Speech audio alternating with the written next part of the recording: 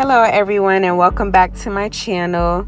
First, I want to thank my subscribers who have just encouraged me to keep going and to keep speaking on these topics. I want to let y'all know that I really do appreciate y'all, and it really means a lot to me. Okay, so let's get into this video. Let's talk about the Ice Cube situation.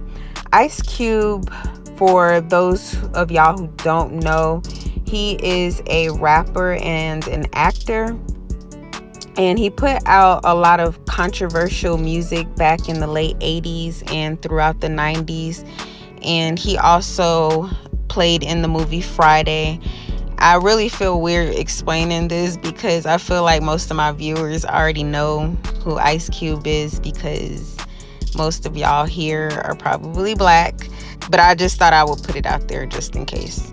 Well, recently he tweeted a few things that ruffled people's feathers. There were two tweets that really stuck out to me, and the first one said, "Your time is running out," with a repost of IUIC. And if you don't know who they are, you can just go into YouTube and search them. They are an Israelite group.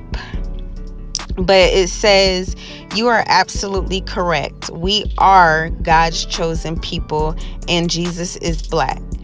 Then the other tweet says, "The big payback. Stay tuned." And it has a picture of a black Christ, a statue of black Christ.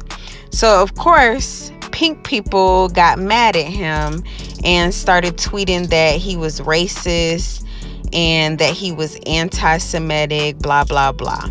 Now let's start by saying this world and the people in it are more comfortable with lies than they are the truth. There's been so many lies and so much corruption that now when you speak the truth is somehow received by people as being hate. This whole entire world revolves around us so-called black people. We are the salt of the earth. And without us, this entire planet would be nothing. It would be bland. There would be no flavor. There would be no soul. We make this world go round. Nobody can dress better than us. Nobody can sing better than us. Nobody can dance better than us. Who dominates sports like we do? We are inventors, and we're a resilient, strong, beautiful people. Now, with that being said, people need to stop with this whole anti-Semitic crap. We as so-called black people, we come from Shem. That's where they get this Semitic from. We come from Shem. So how can we be anti-Semitic? And I encourage everyone listening to do your research on that. You should go out and purchase these two books. One is called From Babylon to Timbuktu, and the other one is the Zondervan Bible Dictionary. The truth is coming out, y'all, and these lies are starting to be exposed. They are scared because their whole world is unraveling. The truth is no longer hidden, and the world is waking up to who we are. Ice Cube was just speaking straight facts, and at the end of the day, the truth will stand no matter what. And in my previous video, I asked, why don't black people ever get true justice in America? But like Ice Cube said in his tweet, there will be payback. There will be payback. It's just not in the way that most people imagine. And Ice Cube is onto something with that tweet. He's onto something. But I will say that I have little to no faith in celebrities, because a lot of them will have one foot in the door and one foot out, because they're not willing to give up everything they have, all the fame and the money. Because that's what happens when the powers that be find out they can no longer use you for their own agenda.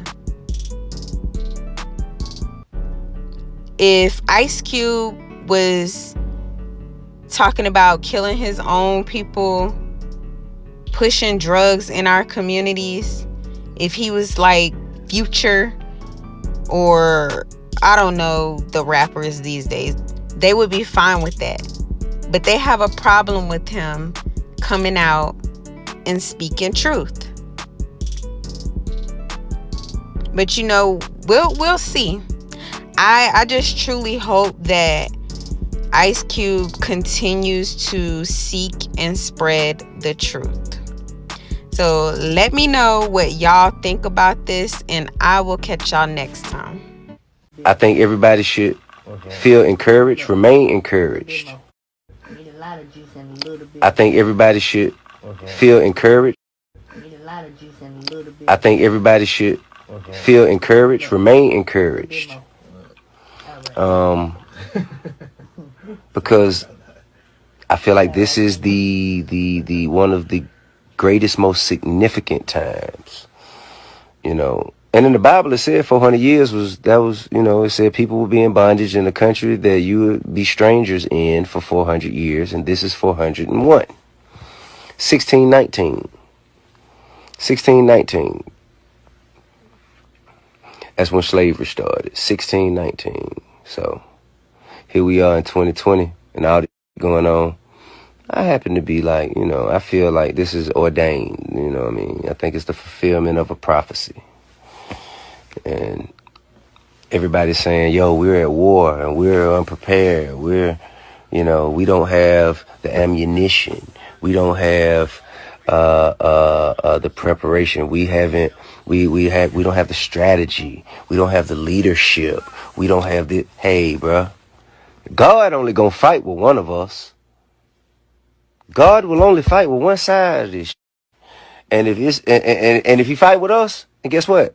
That's all the we need. Our covenant with our Heavenly Father was established when He empowered. Our covenant with our Heavenly Father was established when He empowered us black people with the name Israel and labeled us as His peculiar people. And the etymology of peculiar means belonging exclusively to one being, special and particular. And He also laid out the blessings and curses that we can expect if we chose to disobey His commandments. While we are hurting, exhausted, and boiling with emotion, we must also understand that our opposition not only knows our true identity, but have also become masters of our weaknesses and intentionally structure systems to entangle us in sin, which is the only force on this earth that can prevent us from operating in our true power. Sadly, they seem to know more about us than we do ourselves at times. So in no way are we aiming to divert the much needed and overdue attention away from the situation at hand with these unarmed killings. And we in here with us and don't want to combat and have an argument. I put you to the test to look up who the 12 tribes are. It'll change everything. It'll change everything. Look up who are the 12 tribes of Judah. Israel and Judah.